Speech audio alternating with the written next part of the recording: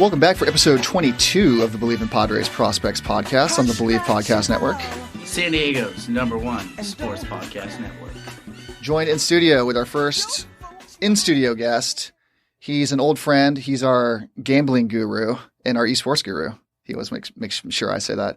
It's Sam. Before we do that, do you want like your whole name or your Twitter handle thrown out there or anything? Or do you just let's keep it at Sam. I want the subtle. Just copy and Wade, I see. Yeah. Okay. Welcome, Sam. What do you think of the place? It's fantastic. Love the IKEA furniture. Love what you've done with the place. Whoa. It is not IKEA furniture. It's from Office Depot. I actually don't know where it's from. I didn't buy it, but you got something against IKEA anyway? Oh, no, absolutely not. That desk out there, that conference table, that's a really nice conference table. You admiring that on the way in? Love it. Love it. And we got some White Claws, hopefully to be the next sponsor, or the first sponsor of the show. White Claw Mango, maybe. The first sponsor. We can only hope. We're going to reach out to corporate and see how that goes.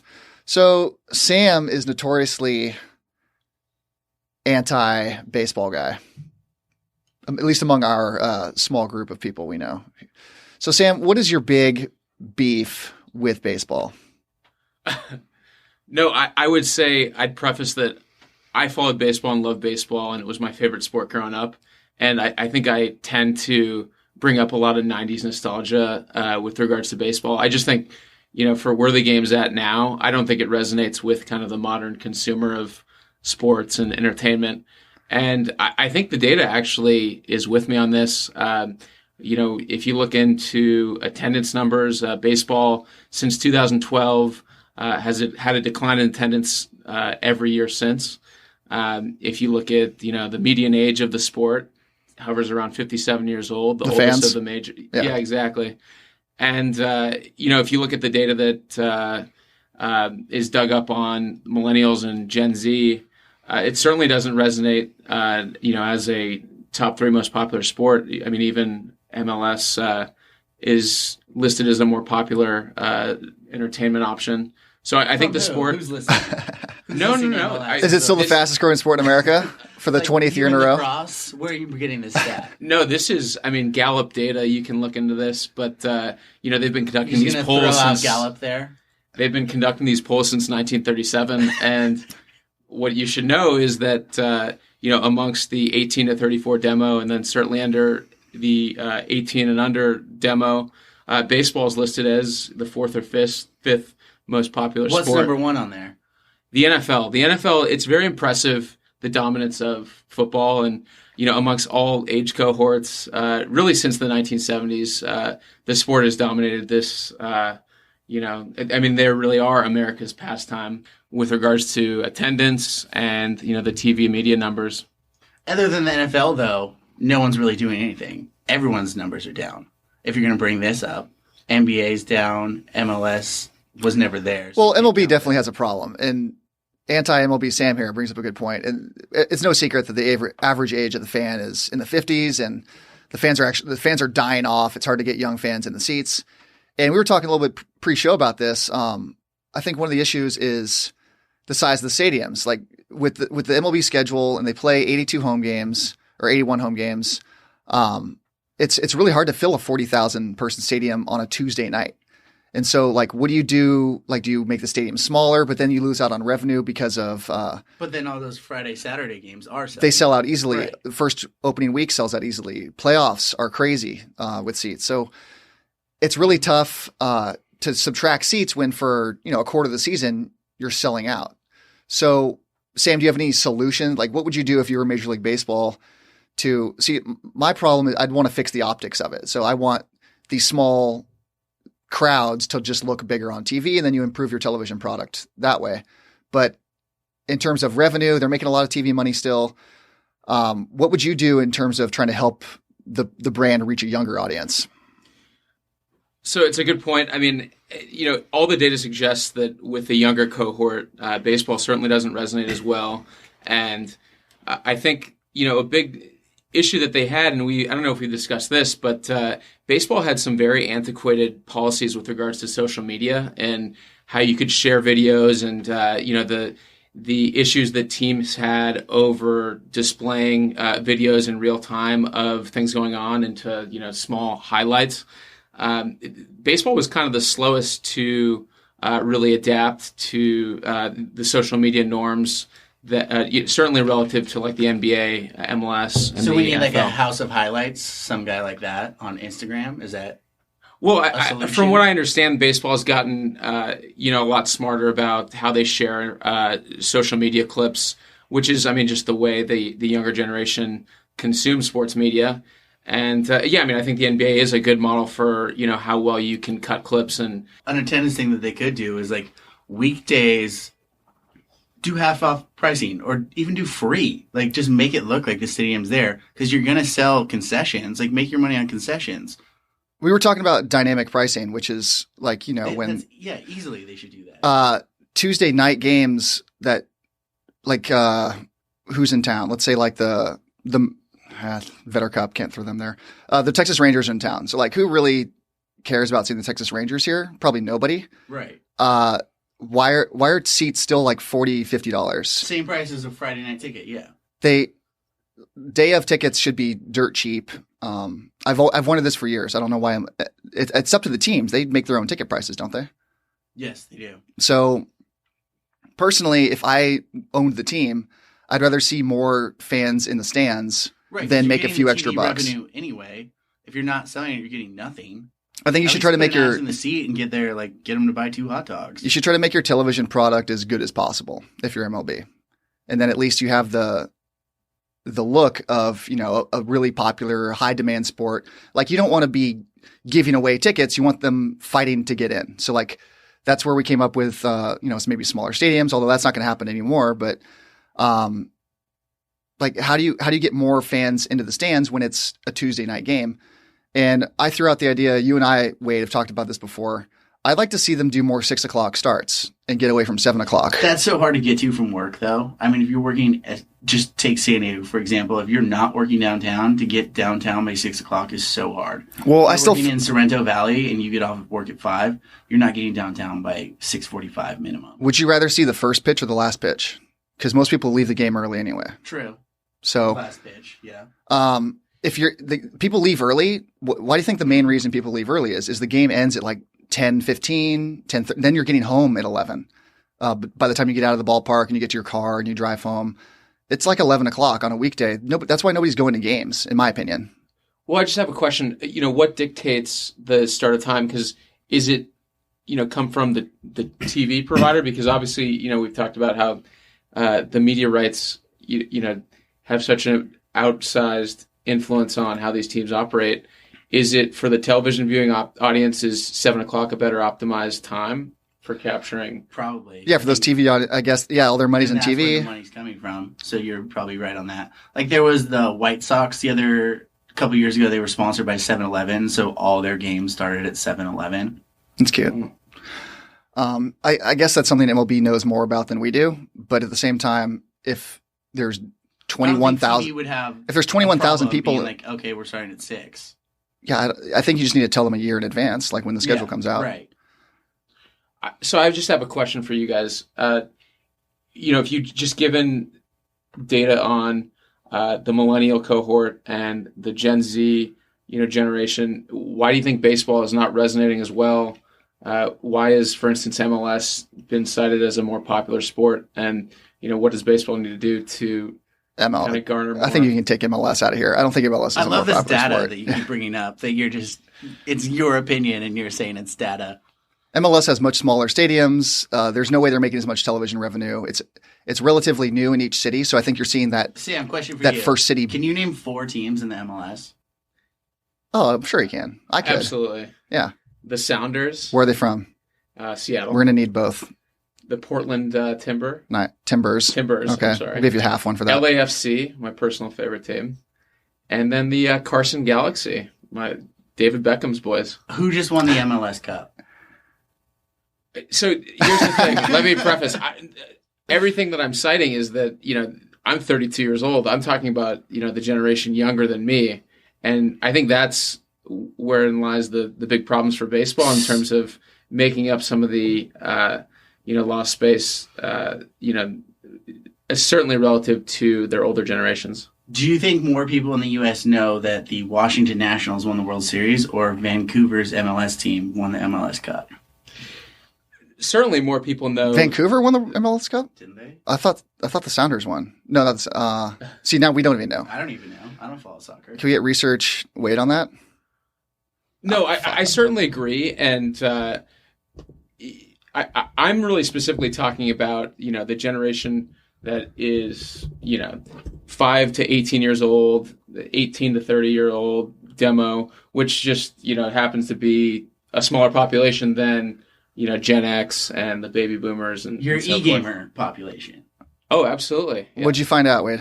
The Seattle Sounders won the last MLS. Does Vancouver have an MLS team? They do. They lost to the Seattle Sounders in the Western Division Championship. Who are they? I don't know their name.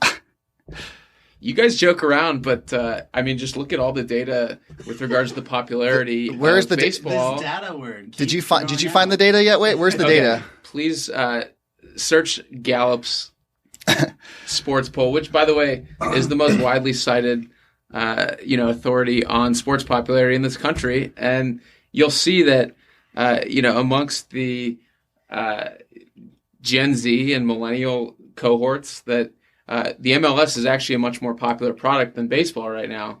And, it is a longer curve in terms of, what the implications will be for the future, for how the sports shape out. But I'm just saying, as those, cohorts age and, have more spending power and have families and such, it could be a much different landscape, with regards to the major sports. Did you just learn the word cohort today? Is that why we're sticking it in every 5 minutes? No, it's just a way to. I think we're seeing a big influx of people caring about MLS because it's relatively new in a lot of the markets. So whenever something new pops in, like you get a second LA team, the new teams are always really popular because people want. How big are those stadiums?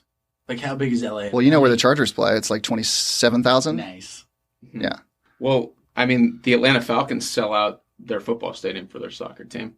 They do. That's a good example of a team that's thriving. They won. You look MLS Cup. They did. Yeah. They play on turf too, indoors. It's like, what are we doing? You can play on the streets. Yogo Bonita. We should have like an asphalt court then, just like sand some places. Grass the others. Brazilians get so good. Yeah. We'll save it for the soccer podcast. Good stuff from what? The pitch. Save it for the pitch. That could work for baseball too. Dual threat. That's the Ryan Russillo podcast, I think. So that went a little longer than I thought, but we wanted to break in Sam and get his thoughts on and all of his data and among the various cohorts. And the big news from today, obviously, was this morning. We're recording this on Wednesday, the day before Thanksgiving. Wade's favorite player, Luis Urias, was finally traded. He gone. And one reason I'm happy about this is because no one in San Diego knew how to say his last name. So I'm pretty excited that we don't have to hear the butchering of his name anymore. What happened to your island? You're one of it got sunk. What am I to do? He's not on the team anymore. Yeah. But yeah, wait, how do you pronounce his name? You're one of the biggest culprits of this. You're one of the Urias guys with Coach Quintera. I heard Urias. I've heard Urias. I've heard it. I'm not even kidding. So he was traded this morning along with Eric Lauer to the Milwaukee Brewers for a young guy, Trent Grisham, and another, I guess, a righty version of Eric Lauer, Zach Davies. So I'd say a little better than Lauer. I think Davies is better than Lauer. I think Urias and Gresham both aren't proven, and it's kind of same for same there. I thought it was just kind of a weird deal for both sides. I guess each side had a piece they weren't sold on long term. Gresham's behind Yelich. He's not going anywhere, so they had to get rid of him. Well, he was behind Yelich, Kane, and Braun in the outfield, so they really had no space for him. He has been a top prospect. He's a first-round draft pick. He has pedigree, and he did something this year in his call-up, other than lose the final playoff game to – he's the reason that the Nationals beat the Brewers in that wild card game. With that ball through his legs. It jumped around his glove. So he was charging it, and it didn't go through his legs. It went around him somehow. But he's a guy they don't seem to – blaming him, though, and not the NL – the ball? NL closer of the year. over our boy Kirby. Yeah, they gave Josh Hader the reliever of the year award. Such bullshit. Still mad about it. But the Padres also weren't sold on Luis Urias long term, clearly. Even in just 300 at-bats, he was hitting like 211, on base a little over 300. All he could do seemingly was walk. Who was your favorite second baseman Padres ever? Ooh. No question, Kilvio Veras. Great answer. No question. He was really the table setter. I mean, it's between him and Mark Loretta. I think you're probably looking at the two the best first base or second base. People forget how good Loretta was because he was on some bad teams. But yeah, he had like 200 hit seasons pretty regularly. He was scoring 100. Josh Barfield. I just liked Barfield and those Barfield Kuzmanov teams. Lights out. They were pretty good. So we're just going to spend just like a really brief time on this trade because I don't know. It got a lot of attention right away because it was Preller finally did something, and we were excited. And then the name in it involved was Luis Urias, who's a hot button issue for a lot of people. You either love him or you hate him. I hate him. Wanted him gone. You absolutely hate him. Super stoked. I feel like most people wanted to give him a real chance, and it seemed like he never was given the reins to second base and given that real chance. It brings the question, did Preller hate him or did Andy Green hate him? I think Preller hated him. Preller must have hated him because he's gone. So Preller was making the calls and why he wasn't. Preller hasn't been keeping anyone that he inherited. You look at all the names that he's been trading over the years, and the ones that he hasn't been trading, all the prospects he's been keeping. He's been sending out the guys that were on the team when he got here. He did that like day one. Right. The major league talent. Which kind of scares you though, because he really hasn't proven. None of his guys have been proven yet. Has he acquired a major league piece that's panned out? Sam, as a quasi Padre fan, what's your take on Preller? You know, it's kind of interesting. I think he kind of gets this persona as this like mad genius where he's, you know, able to, you know, make all these maneuvers and really transform the team year to year. You know, I personally don't see it. I guess, you know, it's really going to have to be, you know, determined how much he's had in terms of an impact of, you know, making a move like the Tatis Jr. trade. Was that really him or was that someone internal? You know, it seems like from the, you know, young player development and acquisition, he's excelled. But, you know, in terms of fielding the catalysts that surround this young talent, you know, it's certainly questionable. A guy like Eric Hosmer, for what he's paid as a first baseman, who, you know, if you look at the sabermetrics, you know, a vastly overrated player, you question stuff like that. 4-time Gold Glover, though. Agreed, but you know, I think maybe the Gold Glove as a first baseman may be overweighted as you know, a characteristic necessary, and you know, you just look at how much that money could go towards, you know, pitching, the relief issues that they've had. It's just a big number for a guy who had actually pretty average statistics relative to a first baseman in the league. Average. I think he'd be happy. I'd be happy if he was an average first baseman. Right now, it looks like at least he's below average defensively. And if he's not hitting for any power, which he's famous for his negative launch angle. In today's era, I don't know how you do that as a first baseman with all the analytics that players are given and that coaches and scouts have access to. Why is everybody swinging up on the ball? Why is Eric Hosmer the one guy who I'm okay with the line drive approach if you can do it, but he is just drilling it into the ground in front of him, and he's not hitting. He doesn't hit for high average. He doesn't hit for power. He's not reliable on defense. So I don't know what he does exactly. And I'm famously a Eric Hosmer clubhouse guy, in base path guy, I guess too. Not a pop fly guy. We know that. So kind of in conclusion here, I guess the trade was just kind of, for me, it was a weird deal. It was two teams kind of just trading assets that they weren't sold on long term. The Brewers probably wanted to save a little money, get a little more control over their pitching staff. Eric Lauer and Zach Davies are both back end rotation guys. I don't see anything other than that. I mean, my whole thing the whole time is Padres need a right hander. We have so many lefties. We needed a right hander. Zach Davies is right hander. I think that aspect of it. Richards, Paddock, Lamet aren't enough right handers for you. Forgot about Richards. So there's plenty of righties, and the Dodgers were lefty heavy last year and were the best team in the National League the entire season. Right, and then you see the Brewers troll them and throw a lefty pitcher for the first batter. And how many years ago was that? That was two years ago. Dodgers still have no championships. So Zach Davies, No one doesn't throw high velocity. His pitch du jour, or his best pitch was a changeup that was rated as the fourth most effective pitch fourth most effective changeup in the minors. Gotta love that. Or in the majors, I'm sorry, according to Fangraphs. What did Eric Lauer have? Nothing. Eric Lauer is graded average or below average in all of his pitches. Lauer is great at playing the Dodgers. He doesn't have an above average pitch. He's just kind of a dude, and I think we've seen enough. I've seen enough from Eric Lauer. Pottery's one on the pitching, and then the other two, it's a toss up. I don't think Zach Davies moves the needle a lot for anyone. I mean, agree to disagree. I think we have some things at second base that you're going to try out. I think you're going to see, unfortunately, Ian Kinsler get another shot at second base. Where this trade gets hairy. What are we doing with Ian Kinsler? Who's going to be second baseman? Ty France is still around, so when Kinsler fails, and he will, Ty France is next man up. You think Kinsler's going to come back? Yeah, didn't they just didn't they pick up his option or something? Did they? The most interesting part for me in the whole deal is Trent Grisham, because he, like I said earlier, he's got a lot of pedigree, which matters. First round draft pick. It matters at this point in your. That's a good get. It does, and he's wasn't rated as highly as Luis Urias, but at this point, who cares? It's what have you done for me lately? Where is he going to play? Well, right now it's a little crowded, isn't it? Right. So Margot, Myers, Naylor, and Renfroe are all still there. Franchi's still there. So right now, if this is the team, there's no way this can be the team going into opening day. But I would have him platooned with Hunter Renfroe. You got to move Myers. I think Grisham's above Myers. He's not a real center fielder, and I think we're done with Will Myers. So I think they're going to close the book on him, somehow attach him to some deal as a dump. Margot could be gone. Renfroe could be gone. We don't really know at this point, but I mean, Grisham as a lefty, him and Renfroe platoon. Grisham. Sorry. That's okay. Just want to get you in there. Grisham. Yeah. Grisham as a lefty, him platooned with Renfroe. We've seen when Renfroe's platooned, he's a decent player. He's a more than decent player. He was so good last year that we were wondering, should we trade him or not? We should have, yes. Yes, in hindsight, we absolutely should have, but we were all drinking the Kool-Aid, and it was, Hunter Renfroe finally broke out. Like, why would you trade him? This is the future of the outfield, platooning.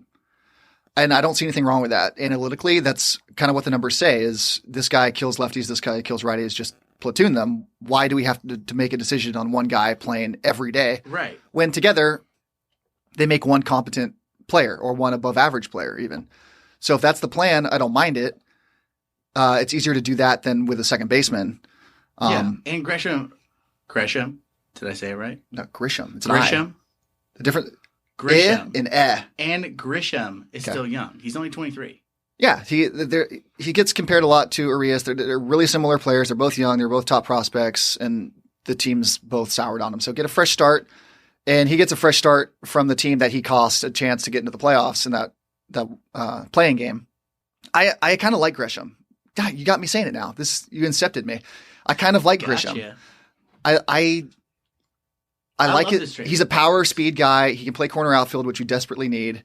I think we have options at second base, whether it's Kinsler or whether it's France or whether it's you trade for someone. He's a young, talented player, and I'm fine with starting over with that. It's just Luis Urias going to a team that does not need a second baseman. They're going to try to stick him at shortstop, it looks like, because they've lost faith in. We saw he can't play short. He's played short fine in the minors and fine in winter ball. And so I guess Milwaukee sees something. They're not happy with Orlando Arcia in Milwaukee. They have Keston Hiura at second base, who is going to be a stud, already kind of is a stud, but he suffers defensively. So I don't know what you do with him. So bottom line is, who won this trade? I think it's just a straight push. I don't see any team like really making a big move here to get ahead of anyone else. I think it's just kind of just moving pieces. Yeah, the starters are very similar. Both teams are playing checkers right now. You can talk about which arm angle they have and the pitches they throw and the effectiveness of this and the spin rate of the. At the end of the day, all their innings and ERAs and strikeout rate, like, it was all kind of similar. So I don't care. It was an extra couple years of control for Milwaukee getting Eric Lauer. They get a little younger. They save a little bit of money. That's it. That's, I think, what they accomplished. And then the Padres, who were ready to move on from Grisham, get a young player back to hopefully be a significant piece in the outfield, and they can move on too. Okay. Brings us to our next Brewer, Drew Pomerantz. Brewer. Was a Brewer last year. He was on the Brewers last year? Yeah. He's been moving around so much. So the Padres signed Drew Pomerantz, former Padre All-Star Drew Pomerantz, coming back to San Diego. 4 years, what was it, $36 million? I don't know the totals. Why don't you know the totals? What were you doing over there?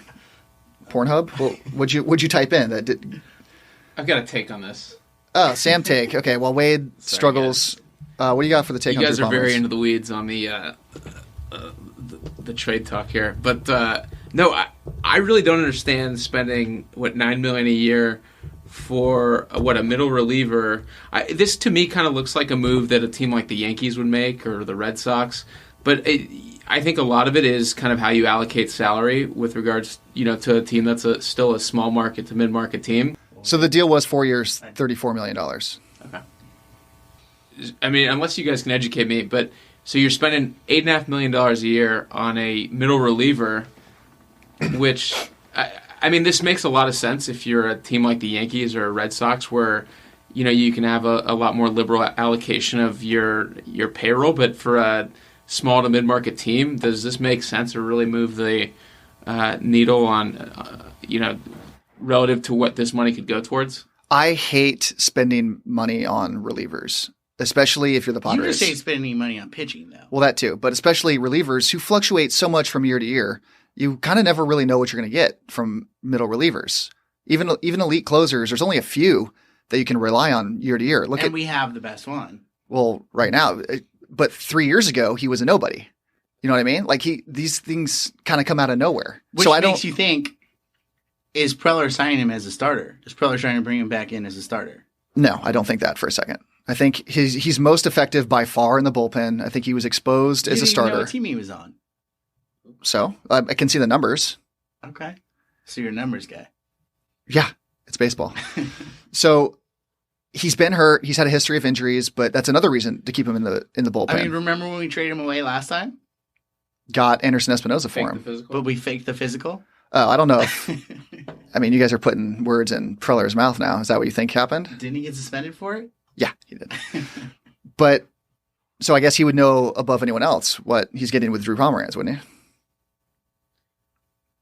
My question would be just, what is the market on a middle reliever? To me, this seems like an excessive contract, and it's just like, so what are you establishing? Because this to me is like what you pay a closer or, certainly a prominent starting pitcher. Closers go for much more than that these days. They want 5 years. I mean, Kimbrel held out last year because he wanted $100 million.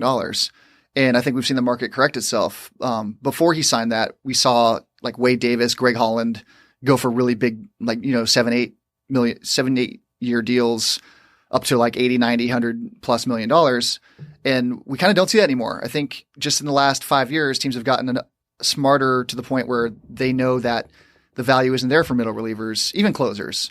So I don't know what Preller is necessarily thinking. That's what I'm thinking. I think Preller sees him as a starter. I don't think this is a middle relief play. I think this is making him go back to be a starter. Well, I think it's bad either way. If you want him to be a starter, I think that's bad because, well, maybe you got him for the right amount of money, but he's never shown he's been able to stay healthy, and he's never shown the ability to be But if you're a Padres mid-market team, you have to take those risks. On the 31-year-old middle reliever who was hurt last year, that's the risk you want to take, spending $34 million? I mean, you and I both have the pipe dream, Sam too, as a Padres fan, that we're going to go get Garrett Cole. We're going to go get Scherzer. No, we're not. I don't think that for a second. We have to take these risks and see. He was good at one point. We did that with Garrett Richards. That's what we have. Right. But That's what I'm saying. I don't think we need Richards and Drew Pomeranz is like same exact thing. I don't think we need if another. It works. It works. But we don't know that yet. He's just another fifth starter. Like, why is that the thing we needed? Pomeranz was the number one when we first had him. Yeah, we're talking several years ago now. Okay. And he threw 26 innings last year.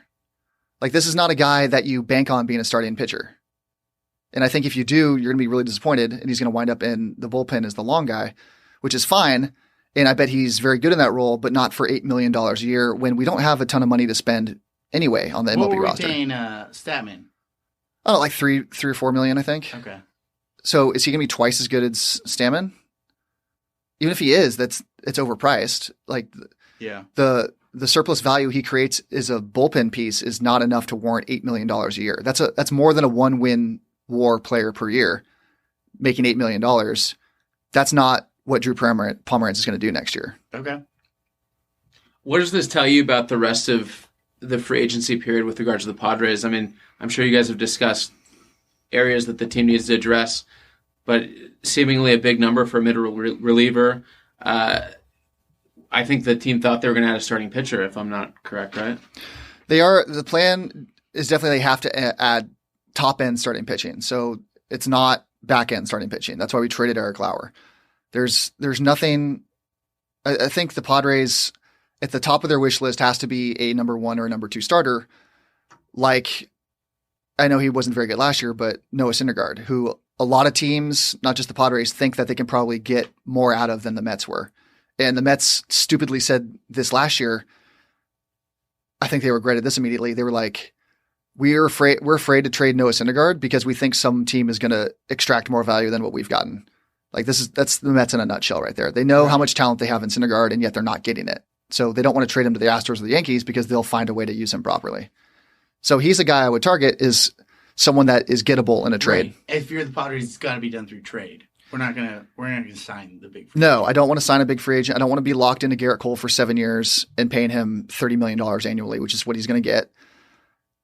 There's just I don't see like bank on or beg that Strasburg would take a hometown discount. And I don't think he's going to.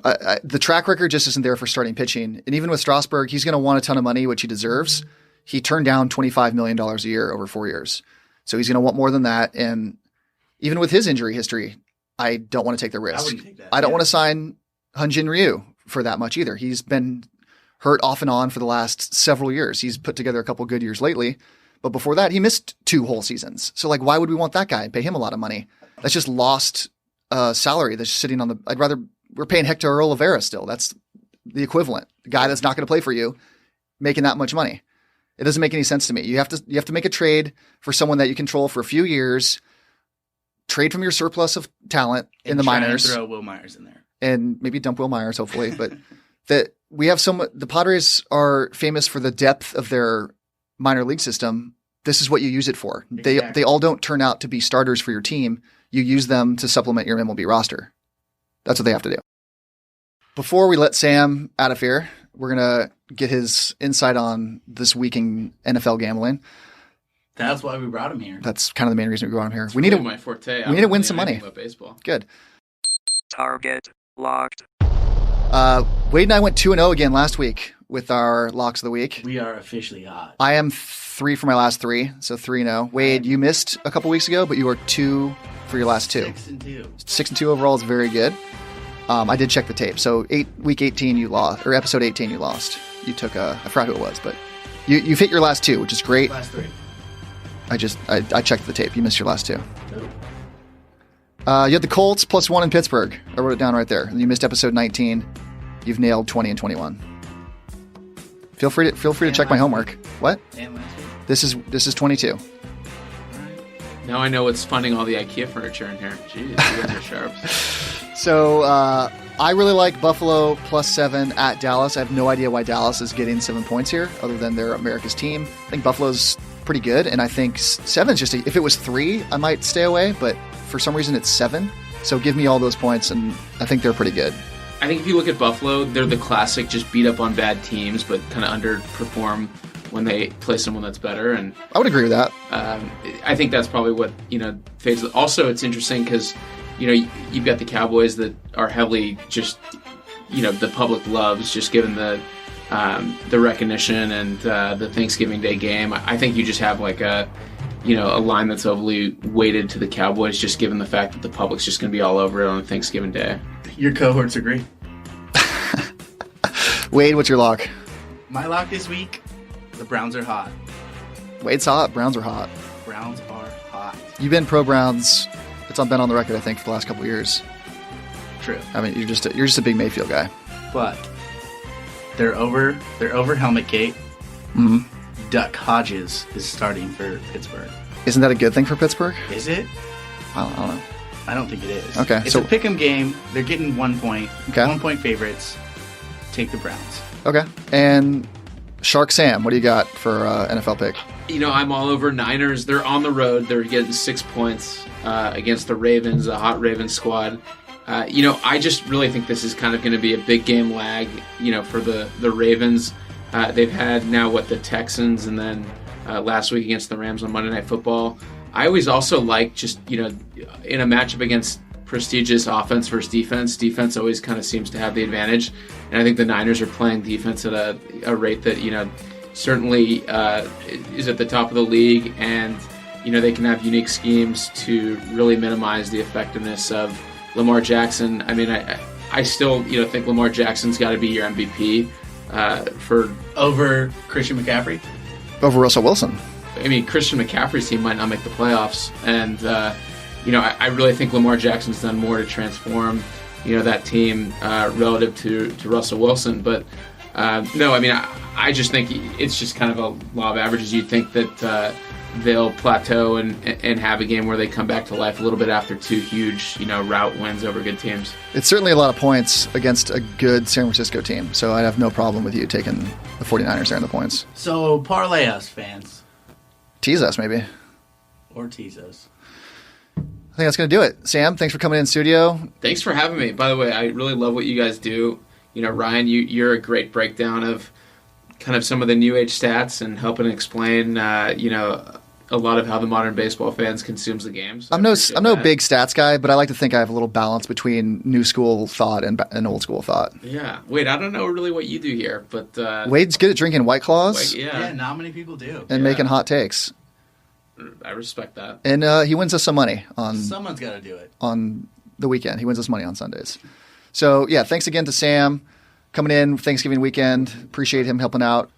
Please follow the show's Twitter account at Fire Farmhands. And if you enjoy the show, don't forget to subscribe. We're on all your favorite platforms: iTunes, Stitcher, Google Play, TuneIn, Spotify, and iHeart. You can also find us at Believe.com and Believe Podcasts. Please leave your comments, questions, concerns, and your ratings of the show in all platforms. Please like, comment, share. We love you. Share, yeah. You've been listening to Believe in Padres Prospects on the Believe Podcast Network, San Diego's #1 sports podcast network. For Wade and Sam, I am Ryan. See you guys next week. Toward your destination, though you may find from time to time. You just keep saying data. Where's this data coming from? It is data.